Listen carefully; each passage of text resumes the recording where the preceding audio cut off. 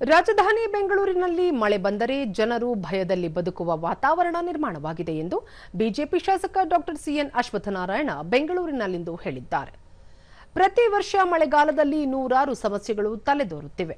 ಆದರೆ ಇದಕ್ಕೆ ಪರಿಹಾರ ಕಂಡುಕೊಳ್ಳುವಲ್ಲಿ ರಾಜ್ಯ ಸರ್ಕಾರ ವಿಫಲವಾಗಿದೆ. ಇತ್ತೀಚೆಗೆ ಸುರಿದ ಮಳೆಯಿಂದ ಬೋರಿಂಗ್ ಆಸ್ಪತ್ರೆ ಸಮೀಪ ತಡೆಗೋಡೆ ಕುಸಿದು 7 ಮಂದಿ ಮೃತಪಟ್ಟಿದ್ದರು. ನಿನ್ನೆ ಮತ್ತೊಬ್ಬರು ಮೃತಪಟ್ಟಿದ್ದಾರೆ. ಜನರ ಸಾವಿಗೆ ಬೆಲೆ ಇಲ್ಲದ ಪರಿಸ್ಥಿತಿ ನಿರ್ಮಾಣವಾಗಿದೆ ಎಂದು ತಿಳಿಸಿದ್ದಾರೆ. ಮುಂಗಾರಿಗೂ ಮುಂಚೆ ನಗರದಲ್ಲಿ ಕೈಗೊಳ್ಳಬೇಕಾದ ಮುನ್ನೆಚ್ಚರಿಕೆ ಕ್ರಮಗಳನ್ನು ಕೈಗೊಳ್ಳುವಲ್ಲಿ ರಾಜ್ಯ ಸರ್ಕಾರ ವಿಫಲವಾಗಿದೆ. ಇದರಿಂದಾಗಿ ತಗ್ಗು ಪ್ರದೇಶಗಳಿಗೆ ನೀರು ಹರಿಯುತ್ತಿದೆ.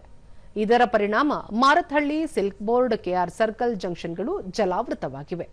ಹೀಗಿದ್ದರೂ ಸರ್ಕಾರ ಗಮನ ಹರಿಸುತ್ತಿಲ್ಲ ಎಂದರು. ಮನೆ ತೆರಿಗೆ, ಘನತ್ಯಾಜ್ಯ ತೆರಿಗೆ ಸೇರಿದಂತೆ ವಿವಿಧ ಬಳಕೆಗಳಿಗೆ ಶುಲ್ಕ ಹೇರಿ ತೆರಿಗೆ ಸಂಗ್ರಹಿಸುವ ಸರ್ಕಾರ ಮಳೆ ಬಂದರೆ ಬೆಂಗಳೂರು ಜನರನ್ನು ಕಾಪಾಡುವಲ್ಲಿ ಹಾಗೂ ಅವರ ರಕ್ಷಣೆ ಮಾಡುವಲ್ಲಿ ವಿಫಲವಾಗಿದೆ ಎಂದು ತಿಳಿಸಿದ್ದಾರೆ. ರಾಜ್ಯ ಕಾಂಗ್ರೆಸ್ ಸರ್ಕಾರದಲ್ಲಿ ಅಧಿಕಾರಕ್ಕಾಗಿ ರಾಜಕಾರಣ ನಡೆಯುತ್ತಿದೆಯೇ ಹೊರತು ಬ್ರ್ಯಾಂಡ್ ಬೆಂಗಳೂರು ಕೇವಲ ಬ್ರ್ಯಾಂಡ್ಗೆ ಸೀಮಿತವಾಗಿದೆ ಎಂದು ಹೇಳಿದ್ದಾರೆ.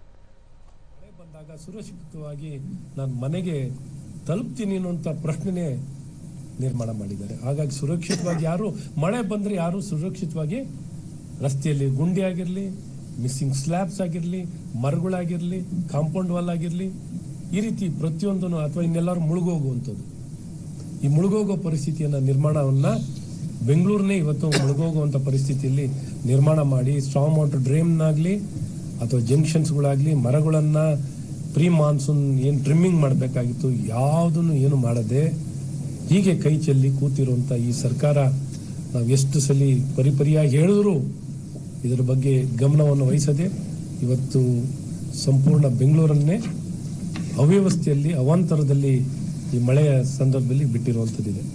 ಹಾಗಾಗಿ ಇದನ್ನ ತಕ್ಷಣ ಕ್ರಮ ವಹಿಸಿ